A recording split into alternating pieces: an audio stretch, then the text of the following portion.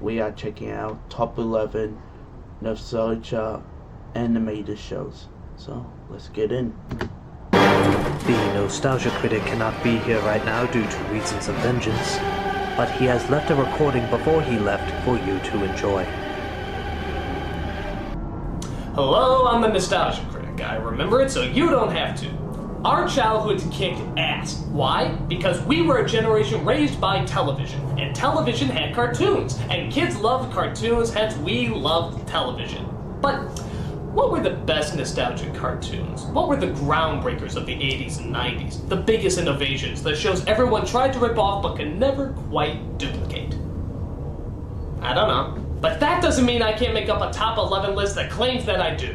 Why top 11? Because I like to go one step beyond. So, sit back and enjoy the best of memory lane, the cream of the crop, the ultimate of ultimates. This is the top 11 animated nostalgic TV shows.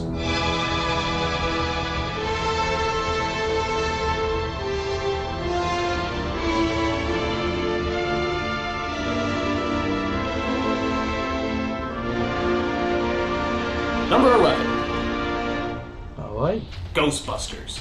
Even though it was based on a movie, Ghostbusters was a very original, very funny, and sometimes even very scary cartoon show. I always had a theory that kids like being scared more than they let on, so as long as there's a bunch of funny lines and action sequences to go along with it, chances are you'll have a really fun and inventive kids show.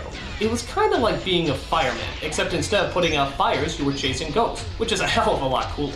In every episode you would see a new ghost, and every one of them was well thought out and creatively designed. And of course, the Ghostbusters themselves were incredibly funny, capturing the personalities of the movie to a T. And of course, there's Slimer. I really fucking hated Slimer. But everyone else seemed to like him, so what can you do? Despite the flying snotball, Ghostbusters was a heck of a lot of fun. If there's something strange in the neighborhood, you know who to call. The first one I ever watched was the original Ghostbusters. I used to have the two DVDs with Ghostbusters 1 and 2 Blu-ray. So, yeah. Really love the whole Ghostbusters theme and all that. But this show, I never watched, but I don't think it'd be that cool.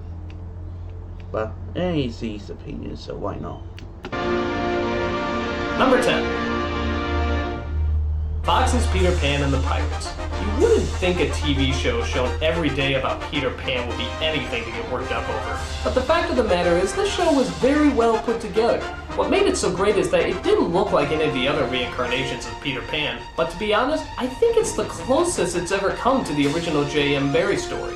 The characters were fleshed out, the stories were well developed, and the creative logic was actually pretty clever. For example, there's an episode where Pan steals the shadows from all the pirates. Because of this, they lose their balance and have to walk upside down. That strangely kind of makes sense. There's another episode where they actually make cloud sculptures in the sky. Dude, that's just fucking cool. Plus it had Tim Curry as Captain Hook. Seriously, how can you go wrong with that? Disgrace the Jolly Roger today, scum, and I'll lay your bones bare! It's not easy having a good time. Peter Pan and the Pirates could have been a cheap knockoff that only lasted a few episodes, but they put a lot of time and effort into it, and created something really original, as well as stay true to the original story.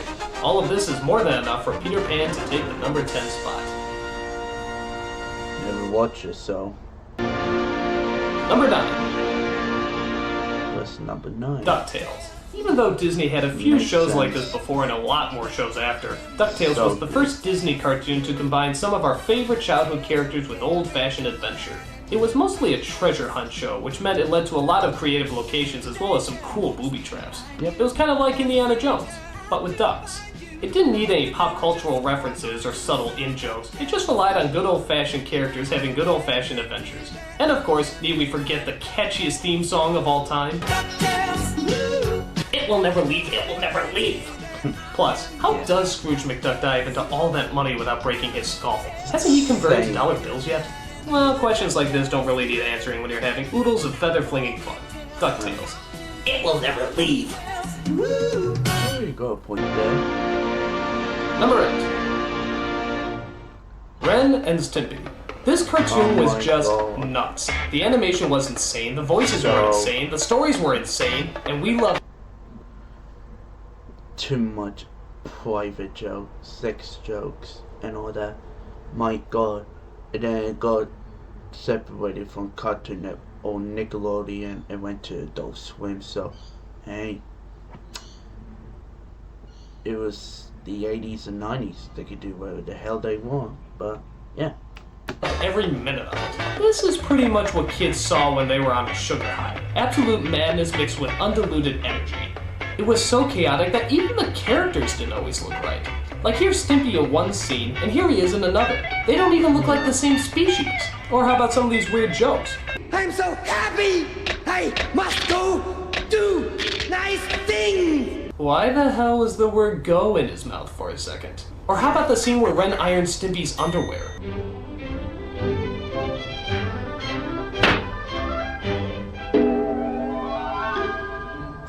Okay, first of all, why does Stimpy wear underwear when he wears no other clothes? Why does he just place it over his crotch and not actually wear them? And why does it suddenly look and sound like a 1950s film strip? I don't know. Nobody knows! It's just that kind of insanity that made this show crazy and fun to watch. It also pushed the boundaries of what kids' shows could do, with controversial episodes like The electric fence. or strange lines like Something came out of my butt! or how about weird morals like Wetting the bed is nothing to be ashamed of. You and I still do it. yeah, this was a weird show. Just the kind of kinetic energy, ludicrous logic, and crude humor that kids know and love. Ren and Stimpy, if you didn't like it, you're an idiot! You sick little monkey! Number 7. G.I. Joe. If Barbie was considered an all-girl phenomenon, then G.I. Joe was definitely the all-boy phenomenon. So This show embodied everything that boys wanted to be when they grew up. Action heroes. It had guys with guns, teamwork, kick-ass gear, some huge friggin' vehicles, and professional wrestler Sergeant Slaughter. So we're celebrating by giving away Sergeant Slaughter action figures. Now the show and characters were kind of bland, but let's face it, we didn't watch it for the characters, we watched it for the action. It's like somebody made a show out of the army games that we were already playing as kids. If someone made a Cowboys and Indians show at that time, my guess is it would do well too. If it had a tank. With all its spy work, military command, and action-packed adventure, G.I. Joe knew how to give the bloodthirsty Marine and every little boy exactly what we wanted.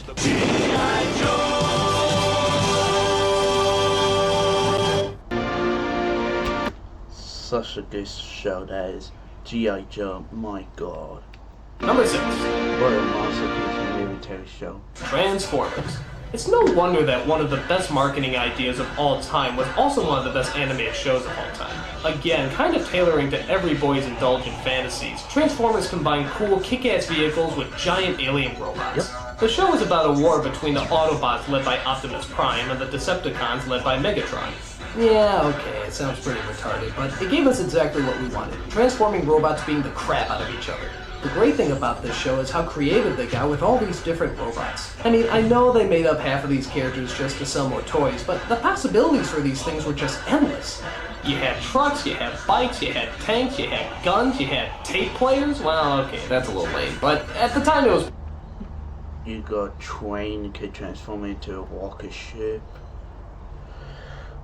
But... And also one thing, giant defense military base transform into a dinosaur or a giant robot. My God. pretty cool. Transformers, hell, it just kicked ass. Number 5. The Tick. With all the superhero shows out there, this was the satire that handled the ludicrous nature of the genre the best. The show was about a big blue man who literally comes out of nowhere to fight crime. Nobody knows who he is or where he came from, including him. All he knows is that he wants to fight crime and shout horrible catchphrases. Evildoers, eat my justice! He has a simple mind and very little intelligence, but luckily his neurotic psychic Arthur is there to keep him in line. It was a great show because it did such a good job mocking what most kids were growing up with at the time. In the show, they didn't have a secret crime-solving lair, they have an apartment that can barely hold 2. The supervillains aren't always rich, misunderstood madmen. Sometimes they're just children making death rays in their tree houses. Put the moon back, demon waif! Make me. And the heroes don't always shout good catchphrases. Sometimes they just shout... Spoon! Spoon? Spoon! Okay, well maybe it didn't all make sense, but this strange blend of surreality and reality made the show so enjoyable to watch. Written half the time more for adults as opposed to kids. Granted, the animation wasn't always top-notch, but it made up for it with its great writing and bizarre sense of humor. The Tick. We are a justice sandwich. No toppings necessary. What he said. Number 4. Teenage Mutant Ninja Turtles. Looking... Makes sense. The original better. The 2012 better. Then after that, it went downhill. But the only best Teenage Mutant Ninja Turtles show is the original show, the 2001 show, and the 2012. Dark story, but a good comic book story. 2012 and the 2001 Teenage Mutant Ninja Turtles show did so good. Looking back, I realized this is the stupidest idea in the entire world. I mean, just listen. It's stupid, but it worked out at the end. To the title. What lobotomized monkey came up with that? I mean, it doesn't even seem real. It seems like a satire of another idea. But hey, it took the world by storm, me included. Why? Because it had action, big animals, and of course, a great sense of humor. I mean, they had Uncle Phil's the Shredder for crying out loud. I want this city to grovel at my feet now. I want all these freeloading parasites out of here. I think what made this show so popular is that it was combining two things that kids love. Animals and action scenes. Throw in some outdated catchphrases like, Really righteous. and you have a show that's destined to be a hit. I think what really shocks me about this show is that it actually worked twice. I mean, they released the show again recently, and it actually be... This one he's showing right now, this was so good. Best animated this is the reason why it's up there. Because of this show, Critic the 2012 is good too. Became a hit. So much so that they even made another movie based on it. Good movie. I don't know who came up with this idea or how. Well, okay, maybe I do know how, but it doesn't matter. This show was a ton of fun, combining everything that kids loved at the time. Teenage Mutant Ninja Turtles. An idea so stupid, it has to be good. So good too. That's the sound of you winning. Because Sorry, while guys. watching your team pick up their third I had to deal with consecutive the loss, ads. I you can't also pay managed for to them, pick so- up pizza. Yes, sorry. Smash it. DoorDash it. Number 3. X-Men.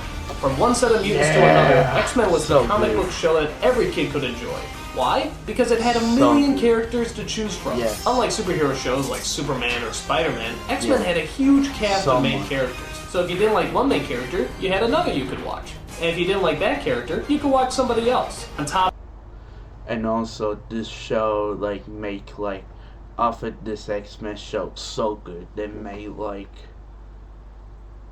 the Incredible Hulk, Iron Man, including the Fantastic Four. What else there was at the time though? They made the Amazing Spider-Man show, but with all of them connected together and do crossovers. I don't think they did ever do a crossover of the Incredible Hulk, so I don't think that show didn't work out very well. But this show is #1. If you guys said the Amazing Spider-Man show is better, I can understand. But this show was the first one, started the whole best Marvel shows of all. of that, it dealt with an issue that a lot of kids know too well: prejudice. Every kid has to go through a little bit of being made fun of, and if you look different or acted different, chances are you probably got a lot of it. And X-Men was all about that. People who are ridiculed and criticized simply because they were born different. It showed us how to live with our gifts, and how not to hide what makes us different, but to embrace them. And of course it had some kick-ass action and supermodels and spandex. That always helps too. X-Men gave us a ton of characters that we won't soon be forgetting. Each one with their own backstory and psychological issues. It was interesting, it was fun, and it knew how to keep us glued to the tube. X-Men, the perfect show to sink your claws into. Number 2. Happy with that. Animaniacs. I've never seen a show that came so close to capturing the spirit of the original Warner Brothers cartoons like this one. Yeah, Tiny Toons might have started this fad, but it was Animaniacs that perfected it, with writing that could entertain both children and adults alike. Our generation didn't grow up with shows like Carol Burnett or Laugh-In, so this is the closest thing to a variety show we had, combining great songs, lovable characters, and ingenious comedic writing. The characters in this show seem so real that they practically leaped off the screen. Characters like the Warners, Slappy Squirrel, and Pinky and the Brain were all hilarious constructs that knew how to be likable as well as funny. It not only did a good job of making us laugh, but also educated us every once in a while, and actually made it fun. That's really hard to do. Baton Rouge, Louisiana, Indianapolis, I know now forever that Baton Rouge is the capital of Louisiana. The rest I don't know, but it is one of those kids shows that I can still watch as an adult and still totally enjoy. It has an energy and a sophistication that very few other shows have, mostly because producer Steven Spielberg gave a lot of freedom on the show. It was also said that he was present for the majority of the show's production, proving once again that I think he makes a much better producer than he does a director. Private Ryan is overrated! But I digress. Animaniacs was one of those rare shows that allowed a lot of freedom that really paid off. To put it short, it was pure animated gold. And the number one animated nostalgic TV show is... What? Batman, the animated series. This is... Makes sense. If the show started the whole Batman fame, like everyone won't be Batman because of him, and our favorite LP for Kevin Conroy, the best Batman voicer of all. Including Mark Hamill, who could play that Joker. But this show was such a banger. I love every episode of this. The Clayface episode. The Christmas episode was like, I think the first or second episode. That's why they saw Woman Lady Egg and all that, so yeah. This is the show that changed everything. It took chances, it took a new look, and it took its audience seriously. At a time when most action cartoons looked like G.I. Joe or X-Men, Batman took a totally different approach with a focus on Art Deco design. It was one of the... So dark too, these episodes sometimes is so dark. Like very edgy. Few shows that had actual orchestra for the music, and it also got voice actors who didn't sound like typical voice actors. They sounded like real people. On top of that, Batman was dark, mixing high-flying action with the psychological drama that the Batman series is infamous for. They didn't always have happy endings, and the bad guys weren't always just bad guys. Sometimes they were ordinary people like you or me, whose lives got destroyed by tragic events. That's not the kind of kids programming most of us are used to. Now that's not to say they didn't have some real baddies either. Characters like the Joker were just as funny and threatening as many of the film renditions. By the way, did you know it's Luke Skywalker playing him? Yeah, Mark Hamill plays that Luke Skywalker back then. Then before after that he plays that Joker. What made Batman so great is that it was its own creation and yet somehow also embodied all the previous incarnations before it. It had the drama from the comic books, the subtleties from the Burton movies, and even a little bit of the camp value from the 60s show and Schumacher films. It seemed like the Batman that combined everything and yet somehow seemed to stand on its own. Its morals were dark, its characters complex, and its endings were not always very cheerful. We took the show seriously because it took us seriously. It never played down to us or lightened the tone because we were kids. It gave us the straight gothic stories that we all know and love. Proof that the legacy of the Dark Knight will always live on. All of this and more is why Batman is the greatest animated nostalgic TV show. I'm the Nostalgia Critic. I remember it so you don't have to. Alright guys, that was it for the video. Tell me your opinion or leave it in a comment your top like 11 animated kids show what you guys like to watch. The one thing I would change is that the I think it was the third or second one where it showed like the silly animation ones. I think those are too weird and goofy, but yeah, I hope you guys enjoyed this. If you want me to react more like this, I will happy to do so. And I'm gonna leave a name down there so you can click on the link so you can find him in the video title. And that would be it. See ya.